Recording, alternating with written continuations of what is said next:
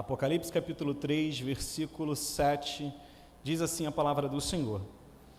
E ao anjo da igreja que está em Filadélfia escreve: isso diz o santo, o que é verdadeiro, que tem a chave de Davi, que abre e ninguém fecha, e fecha e ninguém abre. Eu sei as tuas obras, e eis que diante de ti pus uma porta aberta, e ninguém a pode fechar. E tendo pouca força, guardastes a minha palavra, e não negastes o meu nome. E eis que eu farei aos da sinagoga de Satanás, aqueles que se dizem judeus e não são, mas mentem.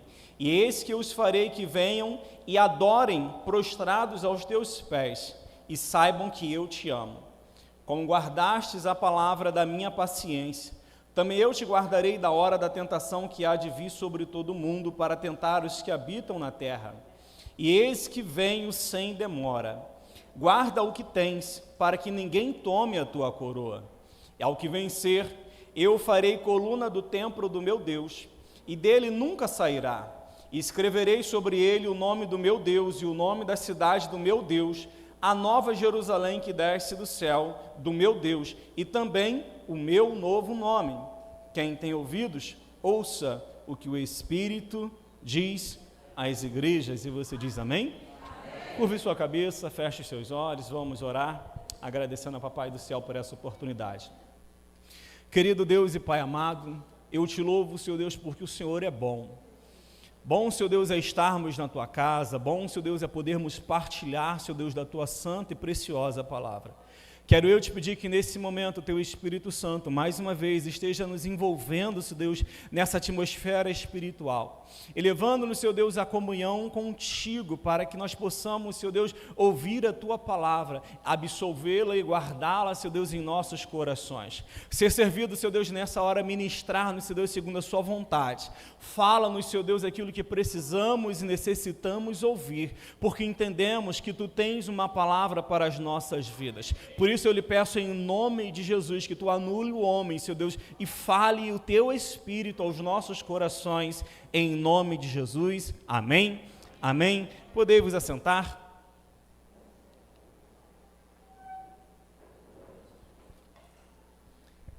Estão livres para conversar com o Espírito Santo. Amém? Pode conversar à vontade com Deus, pode glorificar, mas, fora isso, eu gostaria de pedir a sua atenção para estarmos meditando nessa palavra. Nós estamos aqui diante da última carta da proposta do nosso estudo sobre a igreja de Filadélfia. E a igreja de Filadélfia, ela tem algumas características especiais. Entre elas, dentre as 7 cartas escritas por João às 7 igrejas da Ásia, somente Filadélfia e Esmirna não receberam nenhum tipo de repreensão ou condenação por parte do Senhor. Apenas elogios e algumas advertências para que viessem a permanecer da maneira como eles já estavam. E isso é interessante nós refletirmos, porque a carta que estudamos na semana passada, a carta da igreja de Esmirna, falava sobre uma congregação pobre, que tinha o seu aspecto, a sua aparência pobre em relação ao mundo, mas que Jesus Cristo disse: tu és rica. Mas agora, com relação a Filadélfia, nós estamos diante de uma congregação que ela não é pobre no sentido material, mas ela é uma congregação considerada fraca. E por isso nós vamos estudar o porquê Jesus a tenha por fraca. Ou seja, por causa da fraqueza dela. Mas o que vale salientar-nos é que o importante entendermos é que o sucesso de uma igreja, o sucesso de um ministério, o sucesso de um pastor, o sucesso nas nossas vidas não é medida pela régua humana. Porque assim como a igreja de Esmirna era pobre, mas aos olhos do Senhor ela era rica, assim também Filadélfia, embora fosse fraca, Deus confiou a ela oportunidades que não deu às outras. Então nós vamos ver que Deus acreditava no seu potencial, porque Deus não vê como o homem vê. O homem vê apenas o que é exterior e julga segundo a aparência, mas Deus vê aquilo que vai no nosso interior e julga segundo os seus critérios divinos. E isso nós vamos observar aqui na carta de nosso Senhor Jesus Cristo à igreja de Filadélfia, aonde ele vai comparar essa igreja com as propostas e aquilo que ele fez, e nós vamos ver de uma maneira assim muito minuciosa o cuidado de Deus para essa igreja, que só recebeu da parte de Jesus elogios em relação à cultura e ao contexto histórico da cidade. Como sempre temos falado, destacamos algumas características da cidade em que essa igreja estava inserida para entendermos o motivo da carta. Por exemplo, a cidade de Filadélfia, ela estava numa localização geográfica muito estratégica em relação a toda a Ásia, em relação a Frígia, Lísia, Misímia, e ela fazia parte, estava ali na rota do correio imperial. Isso viabilizou o crescimento muito grande dessa cidade, mesmo depois dela ter passado por algumas situações de desastres. Ela é uma cidade nova, diferente da cidade de Esmirna. Ela é uma cidade muito nova. Ela foi fundada ali há cerca de 140 a.C. e foi fundada inclusive pelo rei de Pérgamo. Ou seja, o rei de Pérgamo, daquela cidade vizinha que nós estudamos da Ásia, foi quem fundou a cidade ali de Filadélfia. E o que acho interessante é que esse rei, Átalo II, ele era muito conhecido pela sua irmandade, pela sua comunhão, pela sua fraternidade com o seu irmão. Com o seu irmão ali, que tinha por nome Eumenes II, e por isso, devido a esse companheirismo, devido a esse apego, esse reconhecimento de irmandade entre eles, quando eles fundaram a cidade de Filadélfia, deram o nome da cidade de Filadélfia, que significa amor fraternal, amor entre irmãos, da onde origina a palavra filos, que é amor entre irmãos, amor fraternal. Mas uma coisa muito interessante é que como a cidade de Filadélfia ficava próxima à região vulcânica, ela tinha um solo extremamente fértil. E dado a essa fertilidade do solo, favorecia o cultivo de uvas. E isso é interessante porque, inclusive na cidade, um deus pagão, um falso deus chamado Dionísio, era cultuado. E o seu culto era regado a vinho e orgias sexuais. Não somente era cultuado o deus Dionísio, como também era cultuado o imperador romano, como também era cultuado outros deuses, como o Asclepio, dentre outros, porque na cidade havia uma prática muito grande de paganismo. E o que eu acho interessante em cerca dessa cidade de Filadélfia, por ela ficar próxima ao porto, quando o rei de Pérgamo a fundou com a proposta dela ser uma cidade que seria chamada Porta do Oriente, porque ela dava acesso a todo o Oriente da Ásia e através dela era feita a colonização da cultura helenista, ou seja, o grego era difundido naquela região, principalmente através da cidade de Filadélfia. Haja vista que ela estava na rota do correio imperial e então as principais rotas comerciais cruzavam-na de uma maneira muito tremenda. Aconteceu nessa cidade algo muito interessante no ano 17 depois de Cristo. Isso quer dizer que Jesus Cristo tinha 17 anos quando isso aconteceu. Houve um terremoto que abalou Sardes, um terremoto que também abalou a cidade de Filadélfia, e ela foi completamente destruída. Por isso que nessa destruição, muitos dos seus cidadãos que habitavam desde a sua fundação, no ano 140 a.C., abandonaram a cidade e começaram a habitar em tendas, e não em casas mais de alvenaria, haja vista que como estava próximo ao vulcão, situada numa falha genealógica ali, essa cidade sofria constantemente abalos sísmicos e muitas das estruturas das casas de alvenaria eram destruídas. Por isso, muitos cidadãos optaram por, em vez de viver em casas de alvenaria, de tijolo e concreto, viver em cabanas.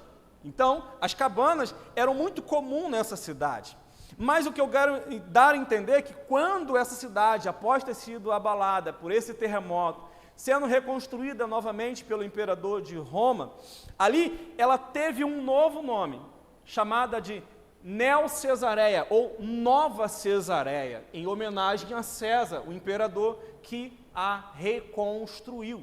Não somente isso, mas ela também teve outros nomes. Na época de Vespasiano, ela foi chamada de Flávia, em homenagem à sua esposa, e hoje ela tem o nome de Al-Shahir, e fica na Turquia. Esse é o nome atual dessa cidade, porque ainda hoje é possível encontrar as ruínas dela lá. Mas, dado essa atualização histórica, nós vamos começar a ver a maneira como Jesus Cristo vai se dirigir a essa cidade e contextualizar a mensagem de nosso Senhor Jesus Cristo dentro das características dela. Volte os seus olhos aí ao texto, aonde diz assim: ao anjo da igreja que está em Filadélfia, escreve: isso diz o que é santo e verdadeiro. Santidade e verdade são atributos morais comunicados de Deus. Mas aqui ele destaca justamente quando ele diz assim: isso diz aquele que é santo. Quem é aquele que é santo? Deus.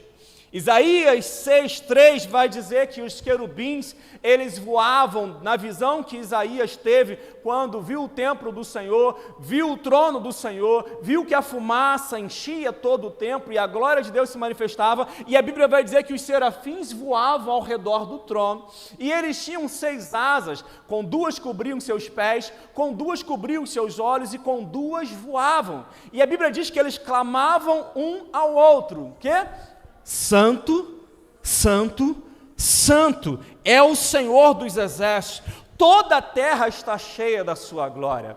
Mas, no entanto, no livro de Apocalipse, no capítulo 4, no versículo 8, nós vamos ver justamente os 4 animais que tinham respectivamente 6 asas, os mesmos vistos pelo profeta Isaías, os mesmos serafins, que eles não descansavam, mas todos os dias clamavam: santo, santo, santo é o Senhor Deus Todo-Poderoso, aquele que era, que é e que há de vir. Eu quero dar a entender, citando esses versículos, o seguinte: o Deus a qual nós servimos, Ele é santo. Ele é santo. A santidade de Deus é um atributo comunicável do Senhor, porque Ele comunica as suas criaturas. Mas, no entanto, no seu estado de divindade e perfeição, Deus é santo. Isso é, não há pecado em Deus. Não há nada imoral em Deus, não há nada sujo em Deus, não há nada imundo em Deus. O nosso Deus é puro, o nosso Deus é incontaminável. Ele que é aquele que se assenta no alto e sublime trono. Seus pés estão sobre a terra, mas seus olhos estão em toda a terra passeando. E a Bíblia diz que os seus olhos são como chamas de fogo. E a Bíblia diz: Ele é santo. Mas o que eu quero dar a entender a você é que quando Jesus Cristo vai se apresentar ali a João, e vai na sua carta direcionada à igreja de Filadélfia, fazer uma autoapresentação dizendo: isso diz aquele que é santo, quer nos dar a entender que na qualidade de seus servos, assim como Deus santo é, devemos nós sermos santos também em todo o nosso proceder. Na primeira carta de Pedro, no capítulo 1, versículos 14 a 16, Pedro ele vai dizer o seguinte: amados, como filhos obedientes, não vos deixem amoldar pelos maus desejos que antes, quando viviam na vossa ignorância, mas assim como santo é aquele que vos chamou, sejam também vocês santos em toda a sua conduta, porque está escrito: sede santos, porque eu, o Senhor teu Deus, sou santo. Santidade é algo que Deus exige de cada um de nós, ou seja, todo aquele que se propõe a seguir ao Deus que é santo, deve também viver uma vida de santidade. Santidade é um atributo moral que Deus comunica a nós e nos possibilita alcançarmos mediante a graça. Porque se não fosse isso possível, Deus jamais nos ordenaria sermos santos. Então, se Ele mandou que nós viéssemos a sermos santos, significa que há possibilidade de, mesmo com as nossas fragilidades, mesmo com as nossas limitações, mesmo com a nossa natureza corrompida, caída e sempre pendente para o mal, vivermos uma vida que agrada a Deus. Do contrário, não haveria a menor possibilidade de nós estarmos em contato com o Senhor. Hebreus 12:14 vai dizer exatamente isso. Amados, segui a paz com todos e a santificação, porque sem a qual ninguém verá o Senhor.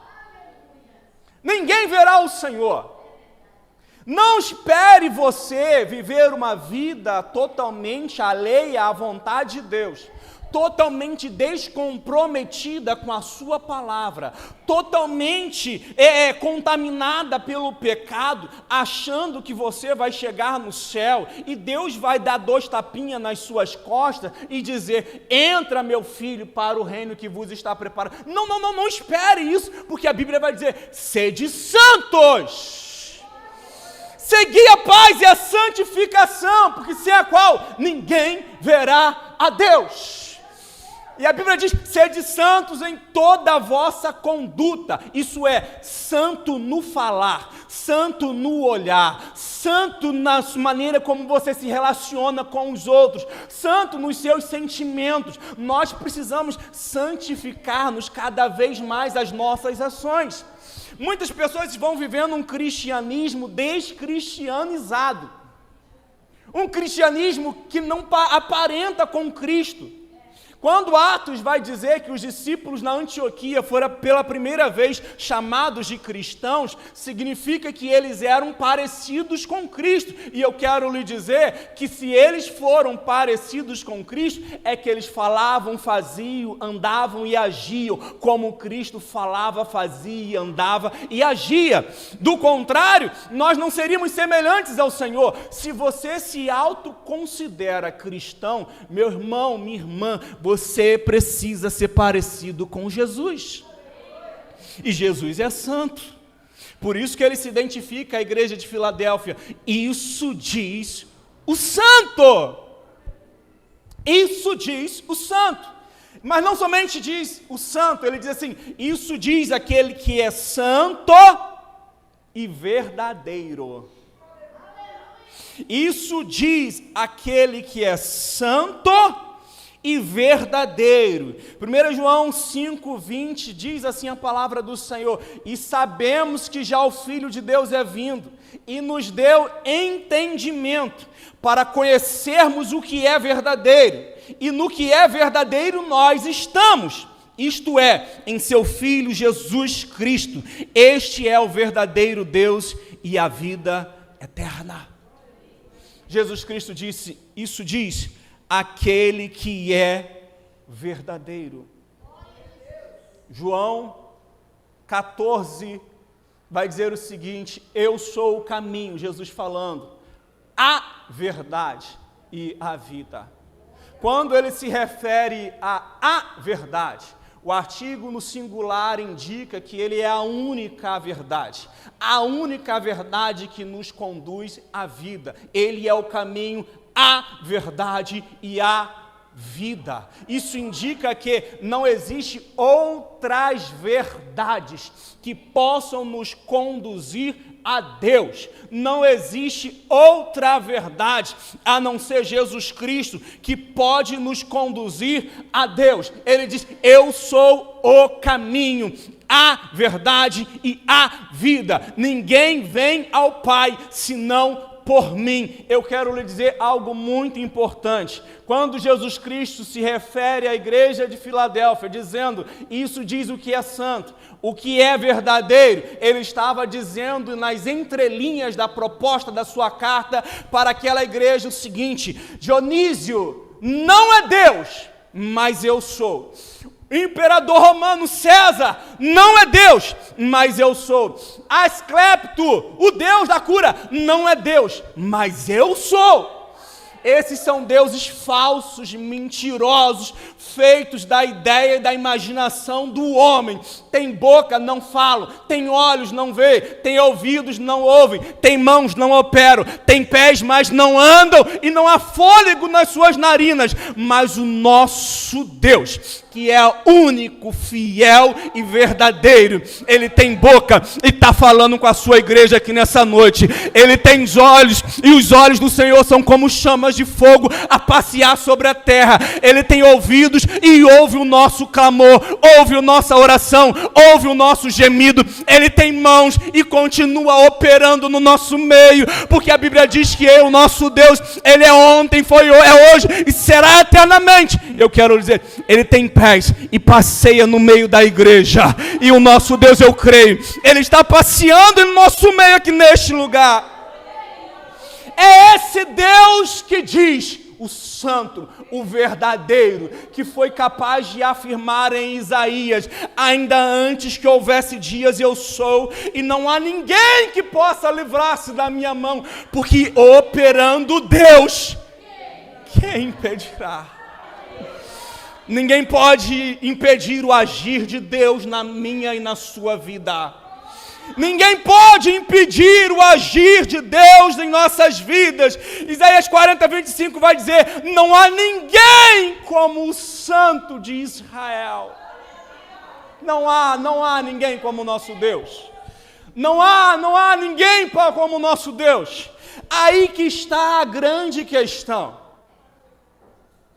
Aí que está a grande questão, porque nós vamos ver aqui justamente esse Deus que se revela através da sua carta de João à igreja de Filadélfia, indicando que Ele é o único Deus verdadeiro, é o único que pode fazer o que ninguém pode fazer, é o único que atesta para a sua igreja a sua fidelidade, porque aquela igreja compreendia o Deus a qual ela servia.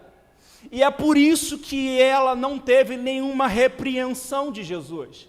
Porque conhecer a Deus muda completamente a maneira como nós nos relacionamos com Ele. Porque o nosso Deus é o Deus da verdade, Ele é a verdade, é o único verdadeiro. A grande questão é, se nós estamos à semelhança da igreja de Filadélfia, dispostos a fazer pela verdade o que os pagãos, os que não creem em Deus, os que seguem seitas e heresias, estão dispostos a fazer pela mentira. A grande questão é justamente essa, que nós, embora servimos a um Deus verdadeiro, na maioria dos casos, não estamos dispostos a fazer pela verdade aquilo que aqueles que servem a mentira estão fazendo. Recriminamos, somos hábeis em criticar heresias e seitas e outros movimentos religiosos que estão espalhados aí no mundo, seguindo uma filosofia religiosa que só leva para o inferno. Mas, no entanto, não estamos dispostos a fazer pela verdade aquilo que eles estão fazendo pela mentira.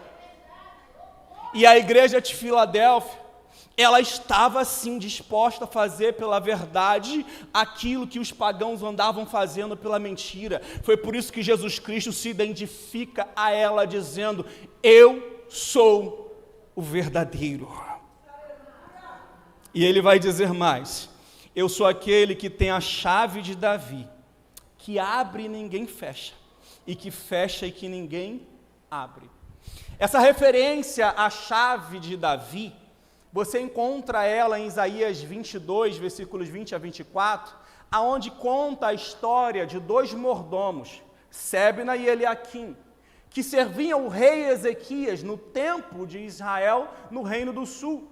E o Senhor falou ali através do profeta Isaías, a Sebna e a Eliaquim, dizendo, Sebna, por você ter sido um mordomo infiel, eu mesmo te demitirei. E arrancarei do seu lugar, e farei rolar, como se rola uma bola no meio de uma terra seca. Mas, no entanto, ele diz assim, mas quanto ao meu servo Eliaquim, eu o levantarei, e colocarei ele como pai sobre o seu povo, e darei a ele a chave da casa de Davi, e ele abrirá e ninguém fechará, fechará e ninguém abrirá. Chave de Davi fala sobre autoridade, e assim como foi na vida de Eliaquim, que foi o mordomo que servia ao rei Ezequias no tempo dos reis do sul, dos reis de Judá, assim como Eliaquim tinha a chave de Davi e abria os tesouros da casa real para poder atender às necessidades do seu povo, Jesus Cristo aqui se identifica como sendo aquele que era descendente de Davi, mas que não do reino humano, terreno, material, mas sim do reino messiânico espiritual, dizendo: eu sou aquele que tem a chave de Davi, que é detentor dos despojos, dos tesouros do reino de Deus, e quando eu abro, ninguém fecha, e quando eu fecho, ninguém abre. Eu quero lhe dizer, a chave do reino de Deus não está na mão de uma igreja, não está na mão de um pastor, não está na mão de um clero. A chave do reino de Deus está na mão do nosso Senhor Jesus Cristo. Está na mão do nosso Senhor Jesus Cristo. E a Bíblia diz que Ele tem essa capacidade de abrir e fechar. Porque Ele diz: eu tenho nas minhas mãos a chave de Davi, e quando eu abro, ninguém fecha, e quando eu fecho, ninguém abre. Precisamos então reconhecer no nosso relacionamento com Jesus Cristo o poder dessa chave que Ele tem em mãos.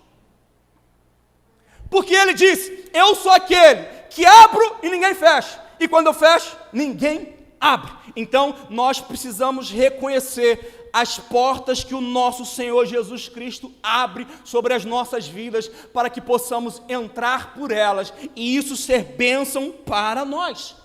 Precisamos identificar as portas. Portas fala de acesso, portas fala de mudança de ambiente, portas fala de oportunidade. E Jesus Cristo está dizendo: eu tenho a chave que abre portas, a qual ninguém pode fechar.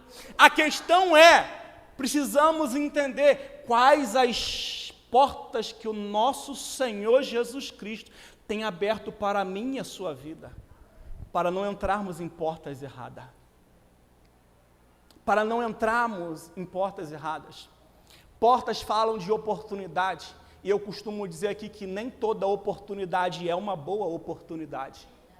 Precisamos então reconhecer quais são as portas que Jesus Cristo está abrindo para nós, porque do contrário você vai entrar em porta que vai trazer aflição, que vai trazer problema para a sua vida, e não é isso que Deus quer. Então, alguns critérios que precisamos tomarmos para entendermos quais as portas que é Deus quem está abrindo na nossa vida. Critério número 1, a porta que Deus abre nunca contradiz a sua palavra.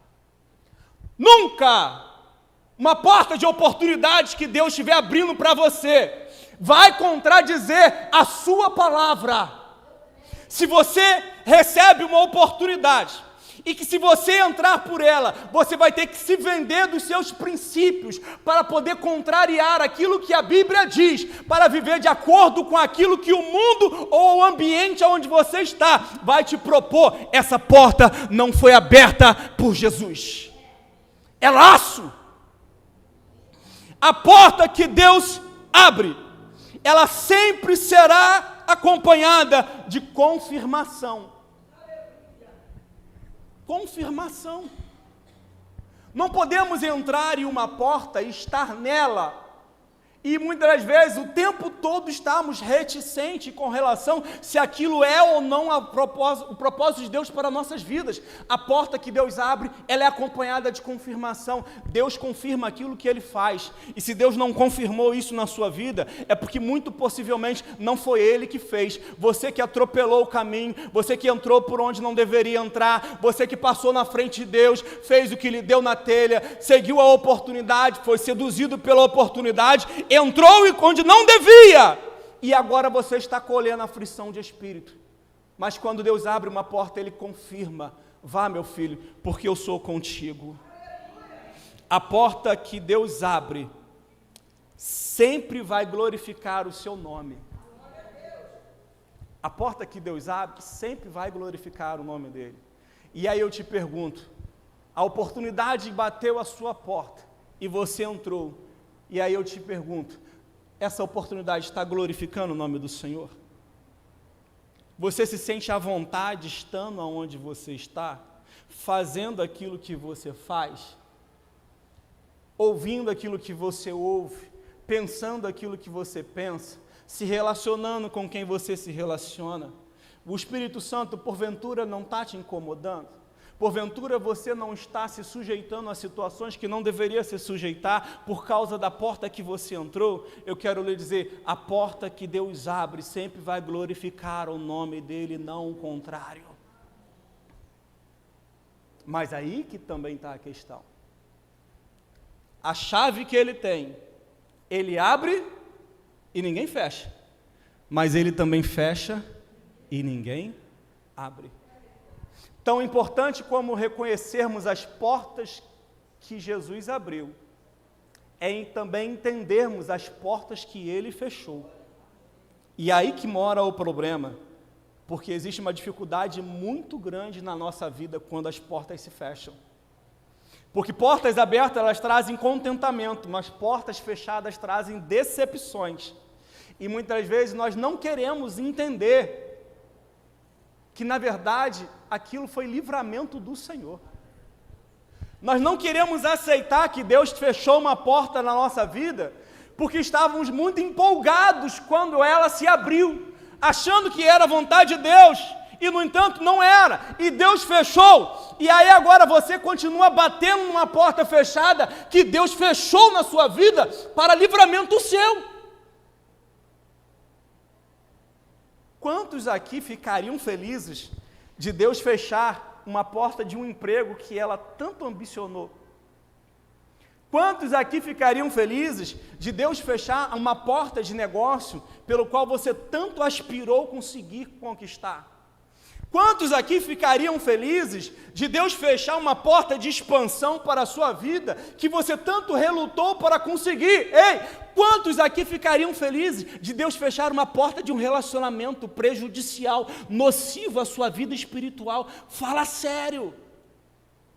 Imagine você está vivendo ali sua apaixonite, está vivendo ali aquele momento de relacionamento onde você acredita que encontrou sua alma gêmea e de repente, da noite para o dia, sem uma justificativa plausível, aquela porta de um relacionamento é fechada e aí você não entende o porquê.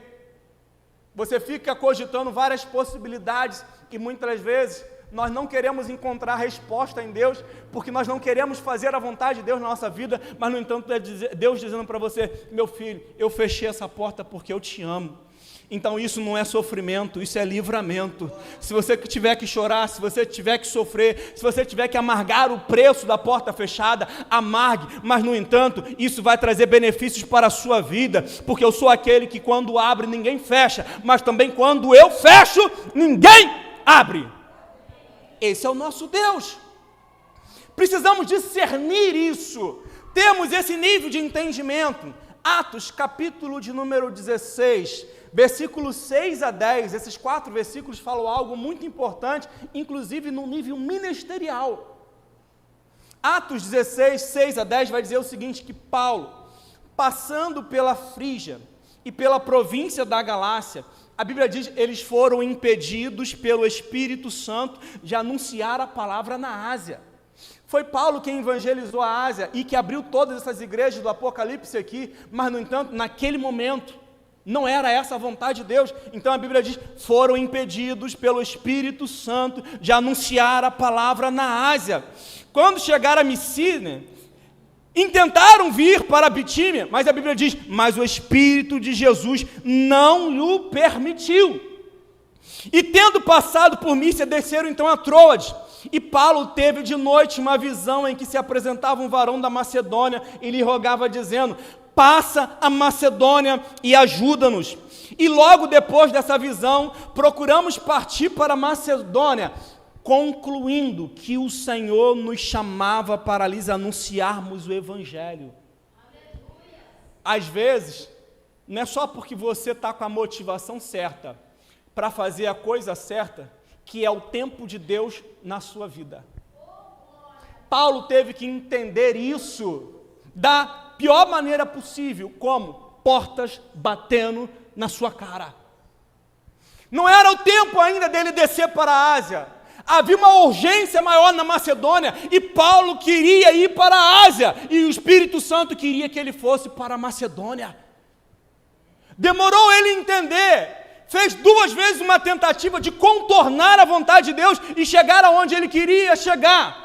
E o Espírito Santo falou assim: não, ainda não é o tempo de fazer aquilo que você quer. Ainda não é a hora de você chegar onde você deseja chegar.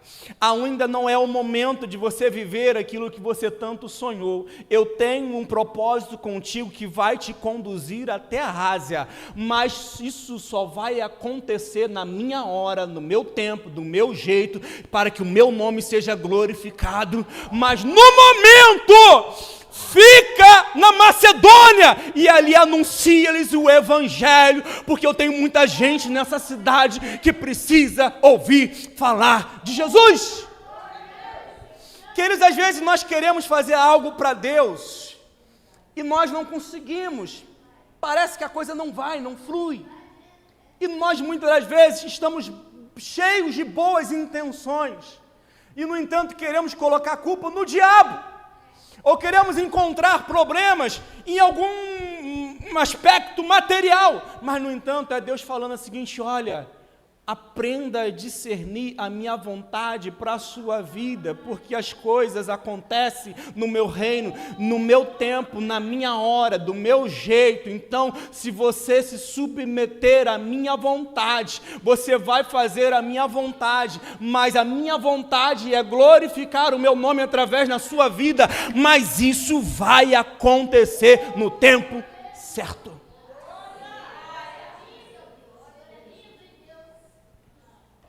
No tempo certo, todas as coisas chegam para o seu devido lugar. Jesus Cristo então se apresenta a João e ele vai dizer o seguinte, a partir do versículo de número 8: conheço as tuas obras. Conheço as tuas obras. Como ele afirmou em todas as cartas, ele conhece aquilo que nós fazemos. Ele sabe o porquê nós fazemos.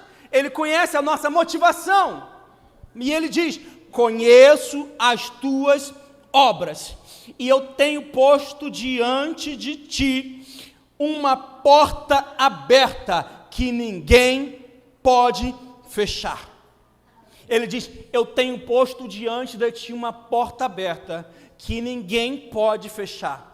A cidade de Filadélfia, ela era chamada de Porta do Oriente, por causa que passando por ela teria acesso a toda aquela região.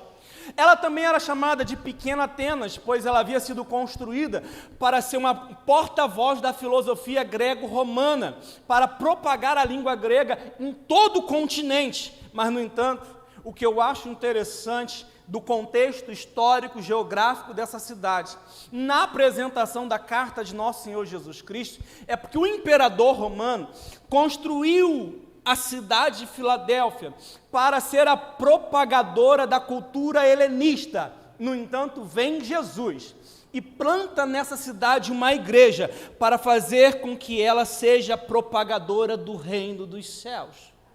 É por isso que ele fala assim: olha, eu tenho colocado diante de ti uma porta aberta que ninguém pode fechar. Ninguém pode fechar. Ninguém haveria de atrapalhar a obra que o Senhor Jesus Cristo tinha a fazer em Filadélfia. Porque aquela cidade, através daquela igreja, recebeu do nosso Senhor Jesus Cristo a importante missão de ser um canal de evangelização para toda aquela região. E ele falou o seguinte: olha, mesmo vocês tendo pouca força, olhe o que o texto está dizendo: eu coloquei diante de vocês uma porta aberta que ninguém pode fechar, mesmo vocês tendo pouca força. A cidade, era metropolitana, mas a igreja era pequena, constituída ali de membros pobres, muitos deles vindo da visão escravatória, não tinham condições financeiras, era uma igreja pequena, muito pequena, que não tinha expressão social, não tinha força, tinha pouquíssimos membros, e aos olhos dos outros, ela não tinha capacidade para atender a demanda da missão do nosso Senhor Jesus Cristo. E quando Jesus Cristo fala o seguinte, olha, mesmo vocês tendo pouca força, isso não é uma crítica, isso na verdade é uma constatação de que o nosso Senhor Jesus, Ele conhece a minha e a sua limitação. Ele não está criticando o fato dela ser fraca, Ele está na verdade constatando uma limitação que aquela igreja tinha. Mas, no entanto, mesmo diante da fraqueza daquela igreja, da sua pequenez, Jesus Cristo, Ele continua afirmando, eu coloquei diante de você uma porta aberta, porque mesmo vocês sendo fracos, eu acredito no seu potencial, eu acredito em vocês, eu acredito que vocês podem muito a fazer pelo meu reino. Mesmo vocês não tendo grande expressão, essa porta que eu coloquei diante de vocês, é para vocês entrarem, não é para outro entrar, é para vocês entrarem, é com vocês que eu estou contando, é com vocês que eu estou acreditando. Ei! Jesus Cristo está dizendo, eu estou contando com você, igreja de Filadélfia, mesmo a despeito da vossa pequenez, da vossa fraqueza, eu estou contando com vocês para serem porta-voz minha para toda a Ásia. Às vezes, quando nos vemos diante de uma grande oportunidade e olhando para nós mesmos, vendo as limitações da nossa capacidade, nós tendemos a termos medo. Isso é normal. Mas se Deus está abrindo uma grande oportunidade, e você já discerniu que essa oportunidade é uma oportunidade, é uma porta aberta de Deus, fique tranquilo, porque o mesmo Deus que comissiona, Ele é o Deus que capacita, o mesmo Deus que dá a missão, Ele também dá a unção. A igreja de Filadélfia era pequena, mas o nosso Senhor Jesus Cristo estava dizendo para ela, eu acredito em vocês. Vocês vão fazer um estrago no reino das trevas, porque o meu poder, ele se aperfeiçoa na sua fraqueza. Não olhe para as suas limitações, não olhe para a sua capacidade, mas olha para o Deus que capacita, olha para o Deus que tem um inesgotável depósito que pode suprir todas as vossas necessidades.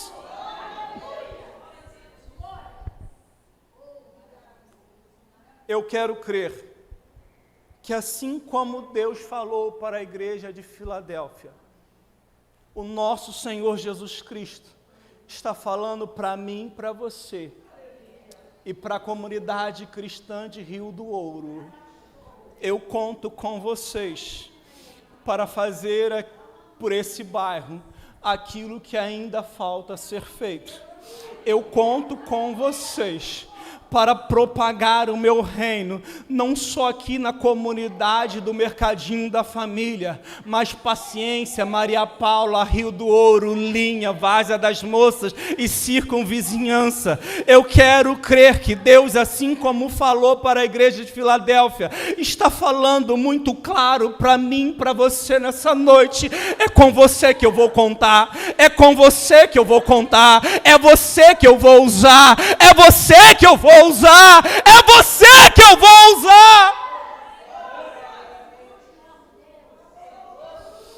Jesus Cristo disse: mesmo vocês tendo pouca força, vocês não negaram o meu nome. Vocês não negaram o meu nome.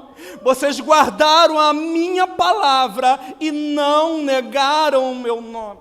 A igreja de Filadélfia não só não negou o nome do nosso Senhor Jesus Cristo oralmente, verbalmente, mas eles não negaram em momento nenhum em suas atitudes. Eles sustentaram a sua fé em Jesus, não apenas com palavras, mas sobretudo com um estilo fiel de vida e comportamento santo. Eles eram crentes de verdade, e por isso eles não negaram o nosso Senhor Jesus. Existem muitas pessoas, infelizmente, na atualidade, que não nega Jesus Cristo com a sua boca, mas, no entanto, todos os dias o nega com o seu comportamento. Todos os dias um nega com as suas atitudes levianas e pecados de estimação que não conseguem vencer. Todos os dias o nome do Senhor é blasfemado entre aqueles que não são crentes, por causa daqueles que se dizem crentes, que professam o nome de Jesus, mas negam esse nome através das suas atitudes. Eu quero lhe dizer que Deus está vendo a hipocrisia do seu relacionamento superficial com Ele. As mentiras que você canta, que você fala, Deus está vendo. Você pode enganar o homem, mas você não pode enganar o nosso Senhor Jesus Cristo. Você pode ser falso, mentiroso com aqueles que estão ao seu lado, mas você não pode enganar o nosso Senhor Jesus Cristo, porque Ele é aquele que é santo, mas que também é verdadeiro. É aquele que sonda os corações, sabe as nossas intenções, conhece os nossos caminhos, espreita os nossos passos, sabe aquilo que falamos, o que pensamos, o que sentimos. Nós não podemos enganá-lo. E sabe, quando nós mais mentimos na igreja, é no momento do louvor. O momento em que nós estamos cantando, o momento em que nós estamos louvando, é o momento em que nós muitas vezes somos mais mentirosos. Tem uma música antiga que nós cantávamos que dizia: eu quero é Deus. Eu quero é Deus. Não vou cantar.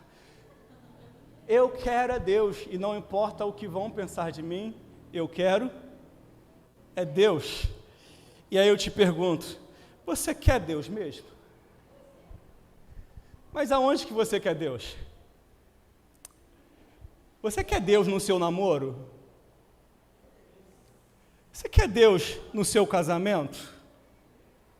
Você quer Deus no seu trabalho? No seu relacionamento comercial? Você quer Deus ali? Você quer Deus na sua vida social? Você quer Deus lá na academia com você, quando você vai puxar ferro? Você quer Deus? Aonde você quer Deus? E será que Deus pode estar aonde você está? Será que Deus pode ir aonde você vai? Será que Deus vai se agradar das conversas que você fala? Será que você realmente quer Deus? Não, eu quero Deus só na igreja. Domingo eu quero Deus. Domingo eu quero que o louvor, ele arrebente. Eu quero que o louvor faça descer fogo do céu, faça com que eu sinta a presença. Quero que a pregação encha o meu coração. Eu quero ouvir uma palavra ser ministrada. Eu quero viver ali ao céu na terra. Mas no culto, em casa, eu quero viver da minha maneira. Em casa eu quero viver do meu jeito. Ali eu não quero Deus. A Bíblia diz que Deus é tão santo que não pode contemplar a iniquidade. Por isso Ele não toma o culpado por inocente. E aí eu pergunto, você que é Deus?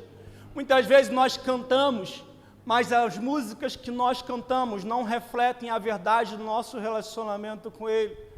Como é que você vai cantar aquela música, ao Rei dos Reis consagro tudo o que compus, se você não se consagra diante do Senhor?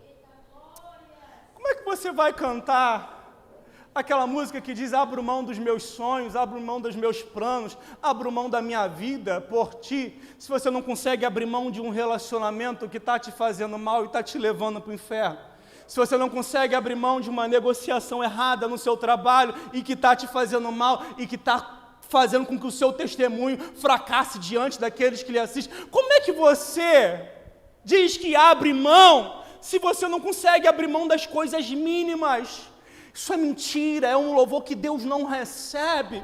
E muitas vezes nós estamos aqui no momento de louvor e parece que o céu está de bronze sobre a nossa cabeça. Parece que os louvores não sobem porque a glória também não desce. Mas aí, se nós formos tentarmos entender o porquê que essas coisas acontecem na igreja, é porque muitas das vezes nós estamos cantando mentiras, porque não vivemos aquilo que cantamos, não vivemos aquilo que pregamos e, no entanto, queremos Deus.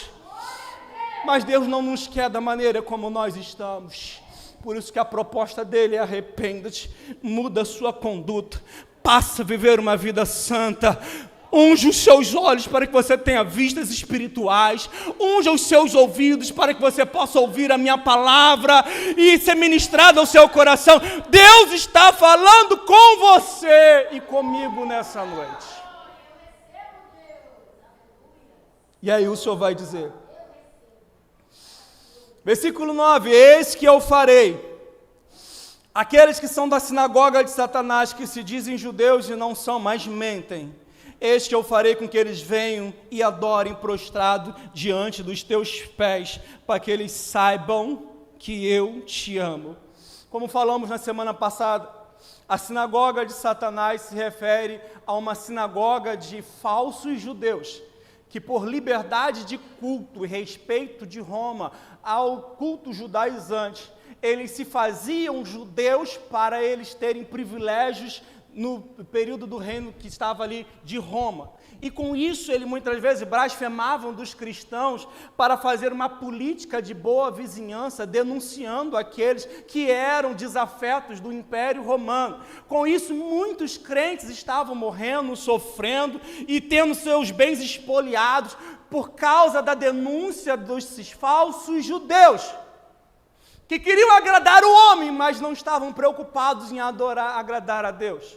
E aí o Senhor Jesus Cristo está falando assim, eu farei com que alguns que são da sinagoga de Satanás venham diante de ti e se prostrem adorem prostrado aos seus pés, para que eles possam entender que eu te amo. Eu quero só fazer um adendo aqui nesse contexto. Jesus Cristo não está falando aqui acerca desses falsos judeus que estavam denegrindo a imagem dos cristãos, no sentido de propondo aqui um sentimento de vingança, de humilhação ou de glorificação humana. Não, esquece isso. Isso é movimento de músicas de pessoas desassociadas da verdade bíblica. Jesus Cristo está falando aqui que aqueles que estavam buscando o mal dos cristãos, eles iam reconhecer que Deus é com eles. Que Deus é com eles. Sabe por quê? Pastor, quando o calo aperta, aquele irmão e aquela irmã que é mais criticado na igreja, porque fala alto, porque grita, porque glorifica, porque fala em língua estranha, porque ora no monte, porque ora na consagração, porque está na igreja, mas não está aí indiferente ao que está acontecendo, mas está intercedendo para que Deus possa salvar, para que Deus possa libertar, para que Deus possa ministrar. Essas pessoas que fazem parte ali da igreja de Filadélfia, que eram crentes de raiz, Deus está falando, eu vou fazer com que aqueles que te desprezam venham até vocês reconhecer que eu sou Deus na sua vida. E eles vão ter que chegar diante de vocês e falar assim, ore por mim, porque eu estou precisando de ajuda, porque na hora que o calo aperta, são as irmãs e os irmãos de oração que são buscados para a intercessão, porque muitas vezes nós estamos vivendo uma vida leviana, desassociada da vontade de Deus, e quando vem as provações, nós precisamos de referências espirituais para que possam interceder a Deus a nosso favor, e Deus estava dizendo para a congregação de Filadélfia: fique na posição, continue fiel, continue me buscando, porque aqueles que te desprezam, aqueles que te criticam, aqueles que falam mal de vocês, eu vou fazer com que eles venham diante de vocês e adorem-me prostrado aos teus pés, para que saibam que eu te amo. E aí eu vou caminhar para o encerramento. Diz aí a palavra do Senhor no versículo de número 10. Como guardastes a palavra da minha paciência, eu te guardarei na hora da provação que há de vir sobre o mundo inteiro para experimentar o que habitam na terra. Os discípulos de Filadélfia seriam guardados pelo nosso Senhor Jesus Cristo no momento da sua maior aflição.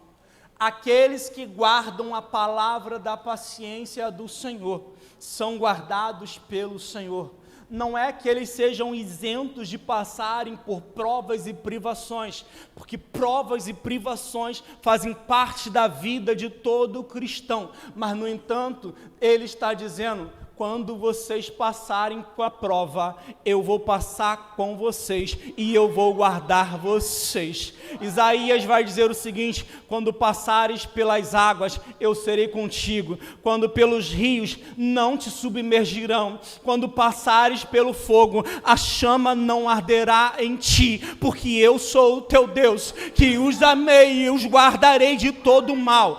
Mas ao dizer isso, Jesus está nos falando: olha, você vai passar pela prova, você vai passar pelo fogo, vai passar pelo rio, mas você nunca vai passar sozinho, porque eu estarei contigo em todos os momentos da sua vida. O ímpio passa por provação, passa, assim como aquele que é salvo, assim como aquele que é fiel, assim como aquele que teme a Deus. A diferença é que quando nós passamos pela prova, nós não passamos sozinhos. Nós temos um Deus que está sobre nossas vidas para nos guardar, e sabemos que mal nenhum chegará até nós sem que seja da permissão de Deus. E sabemos também que apesar de o mal poder chegar em algum momento nas nossas vidas, nós entendemos o ato soberano de Deus em cuidar de cada um de nós, porque Romanos 8:28 vai dizer que todas as coisas não são apenas aquilo que nos agrada, são todas as coisas, não são aquelas apenas que nos convém, mas são todas as coisas que contribuem para o bem daqueles que amam a Deus e são chamados segundo o seu propósito. E Jesus está falando: como guardaste a palavra da minha paciência, também eu te guardarei da hora da tentação que há de vir sobre todo o mundo para tentar os habitantes da terra. Eu quero lhe dizer que há um dia já designado por Deus para que uma grande provação venha sobre toda a terra. Há uma grande tribulação a caminho e ela se aproxima cada vez mais. O mundo e aqueles que não conhecem a Deus haverão de sofrer esse momento apocalíptico nas suas vidas. Mas para nós que aguardamos o nosso Senhor Jesus Cristo, nós temos a plena convicção de que nós seremos guardados por Deus desta hora, porque a Bíblia diz que Ele é aquele que nos livra da ira futura. Versículo de número 11, ele diz assim: eis que venho sem demora. Eis que venho sem demora. guarda o que tens para que ninguém tome a tua coroa. Eu quero lhe dizer aqui nessa noite, que você precisa resgatar aí no fundo da sua mente, do seu coração, o senso da iminência da volta do nosso Senhor Jesus Cristo. Porque nós nos programamos aqui nessa terra para muitos e muitos anos à frente, como se fôssemos viver a eternidade aqui. Eu não estou dizendo que você não deve fazer planos, não estou dizendo que você não deve se planejar para o futuro, mas eu quero lhe dizer que o futuro pode não acontecer. O futuro que você tanto almeja pode nunca vir a acontecer, mas, no entanto, tão certo como você me ouve nessa noite, a vinda do nosso Senhor Jesus Cristo, ela se aproxima. Ela se aproxima! E, no entanto, por mais incrédulos e diferentes, até mesmo que os falsos cristãos possam estar se comportando em relação à volta de Jesus Cristo, eu quero lhe dizer que Ele não tarda. Ele não vai vir antes, nem vai vir depois, Ele vai vir na hora certa. Na primeira carta de Pedro, no capítulo 3, versículos 3 e 14, é um texto extenso, eu gostaria de lê-lo, para que você possa focar isso na sua cabeça. Diz assim, Pedro 3, 3 a 14, sabendo primeiro isto, irmãos, que nos últimos dias virão escarnecedores, andando segundo as suas próprias concupiscências, dizendo, onde está a promessa da sua vinda? Porque desde que os nossos pais dormiram, todas as coisas permanecem como desde o princípio da criação. Mas eles ignoram voluntariamente isto, que pela palavra de Deus, já desde a antiguidade existiram céus e a terra, e que foi tirada da água, e no meio da água subsiste, pelos quais as coisas pereceu o mundo de então, coberto das águas do dilúvio. Mas os céus e a terra que agora existe, pela mesma palavra, se reservam como tesouro e se guardam para o fogo, até o dia do juízo e da perdição dos homens ímpios. Mas, amados, não ignoreis uma coisa, um dia para o Senhor é como 1000 anos, e 1000 anos como um dia. O Senhor não retarda a sua promessa, ainda que alguns a tenham por tardia, mas é longânimo para convosco, não querendo que alguns se percam, senão que todos venham a arrepender-se. Mas o dia do Senhor virá como ladrão da noite, no qual os céus passarão com grande estrondo, e os elementos ardendo se desfarão, e a terra e as obras que nela há se queimarão. E visto que todas essas coisas hão de assim serem desfeitas, deveis ser tais como aqueles que vivem em santo procedimento e piedade, aguardando e apressando a vinda do dia de Deus, em que os céus em fogo se desfarão, os elementos ardendo se fundirão, mas nós, segundo a sua promessa, aguardamos novos céus e nova terra em que habita a justiça. Pelo que, amados, aguardando essas coisas, procurai que dele sejais achados imaculados, irrepreensíveis e em paz. Eis que cedo venho! Ei, Jesus está voltando. Eu não sei como está a sua vida, não sei como você vai estar na sua vinda, mas eu quero lhe dizer, Jesus está voltando. Quer você creia ou não, quer você esteja esperando ou não, Jesus está voltando. E Ele vai arrebatar a sua igreja, mas Ele não vai te levar de qualquer maneira, Ele só vai levar aqueles que forem fiéis.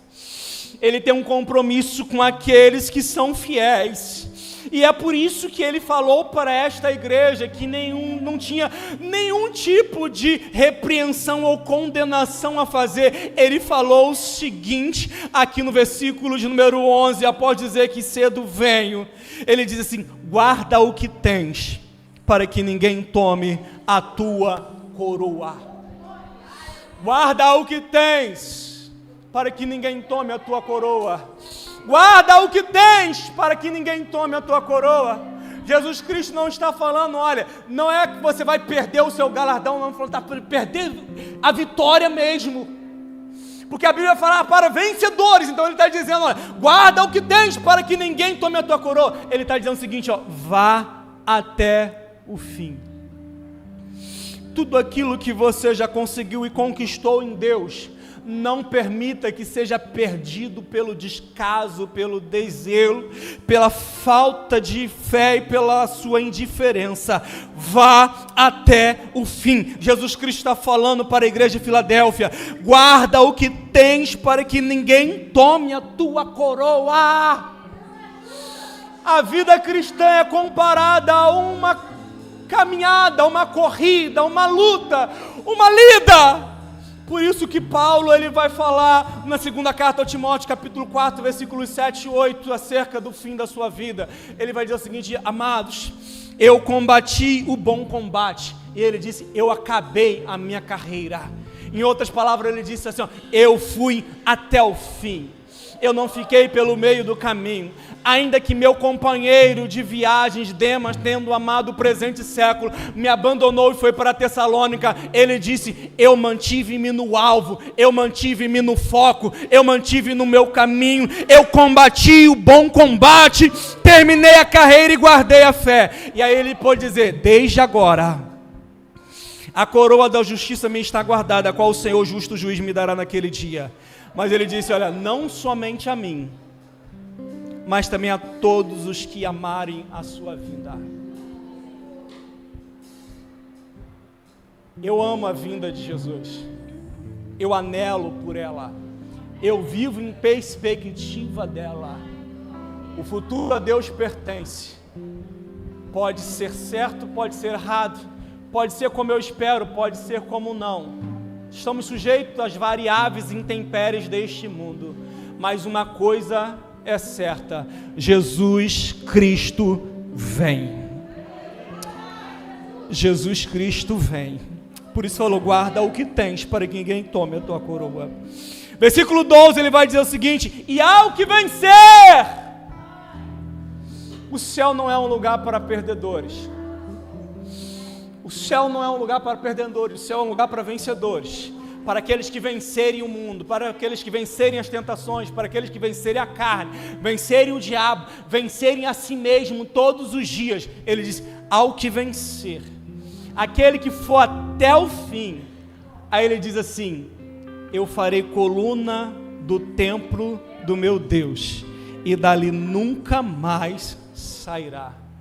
Jesus Cristo agora está fazendo de novo uma referência à cidade, cujas casas desmoronavam, cujas colunas do templo sempre ruíam.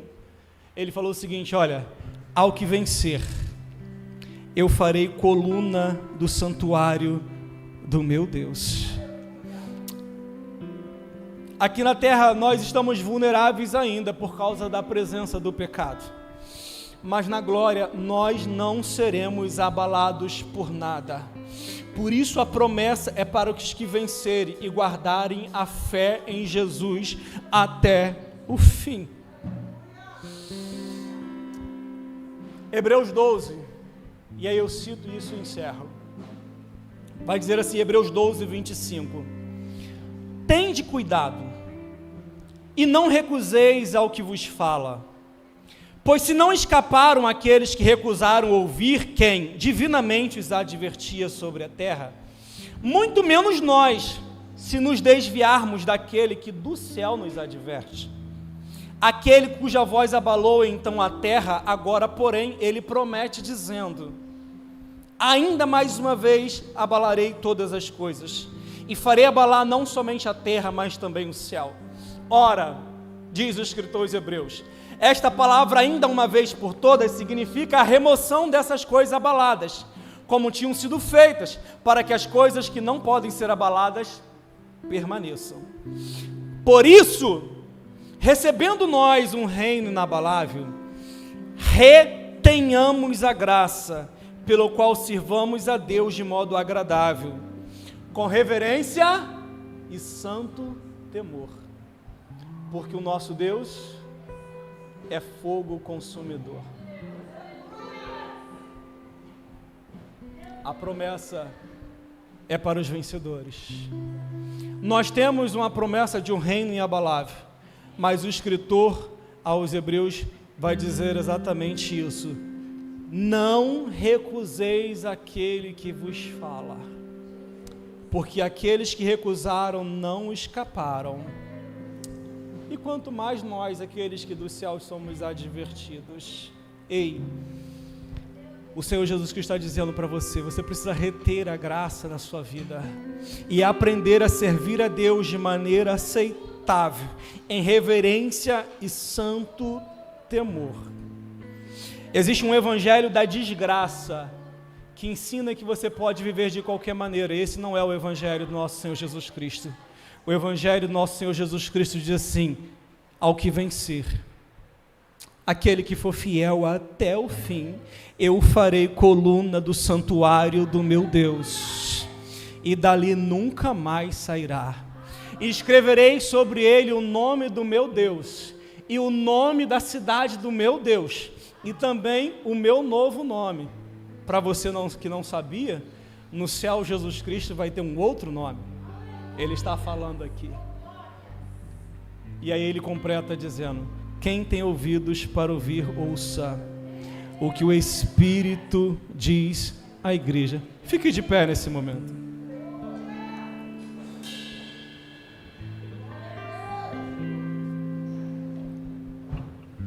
Quem tem ouvidos para ouvir, ouça o que o Espírito diz à igreja. Jesus Cristo está voltando, e a qualquer momento iremos ouvir o som da trombeta soar. O arrebatamento ele vai acontecer quando o som da trombeta soar. E eu quero, quando tudo isso acontecer, ouvir Jesus Cristo chamar o meu nome. Eu quero, quando todas essas coisas que a Bíblia afirma hão de acontecer, ouvir Jesus Cristo falar para mim e dizer: bom está, servo bom e fiel, porque foste fiel no pouco, sobre o muito eu te colocarei. Entra agora no gozo do Senhor, Senhor. Ei, Jesus Cristo está dizendo para você: ei, o mundo pode te oferecer muitas coisas, mas o céu é incomparavelmente melhor. O mundo pode te proporcionar muitos prazeres, mas não há deleites na terra que se compare à glória do céu. E essa é a nossa certeza: Jesus Cristo vem. E se você, nessa noite, ainda não está preparado para ouvir o som da trombeta soar, o Espírito Santo te convida nesta hora. Quem tem ouvidos, ouça o que o Espírito diz às igrejas. Deus está falando. Eu quero saber se você está ouvindo. Deus está falando. Eu quero saber se você está ouvindo. Deus está falando. Eu quero saber se você está ouvindo. Porque se nessa noite você ouviu a voz do Espírito Santo, eu convido a você a assumir uma posição diferente aqui neste lugar. Eu convido você a assumir um compromisso com Deus, de não ser mais um crente comum, não ser um crente mediano, não ser um crente que vive tropeçando e caindo, levantando pela graça, mas toda hora sucumbindo diante do pecado do mundo. Eu convido você a ser um crente que marcha na terra pelo poder do Espírito Santo, vivendo em vitória. Quantos aqui nessa noite desejam ser vitoriosos em Deus? Levante a mão em nome de Jesus Cristo. Eu quero nessa noite convidar a você a ser um vitorioso em Deus, em nome de Jesus Cristo. Eu vou orar pela sua vida nessa hora. E se você deseja, peça a Deus para que Ele possa estar mudando o seu coração. Deus vai tirar esse coração de pedra e vai colocar um coração de carne novamente.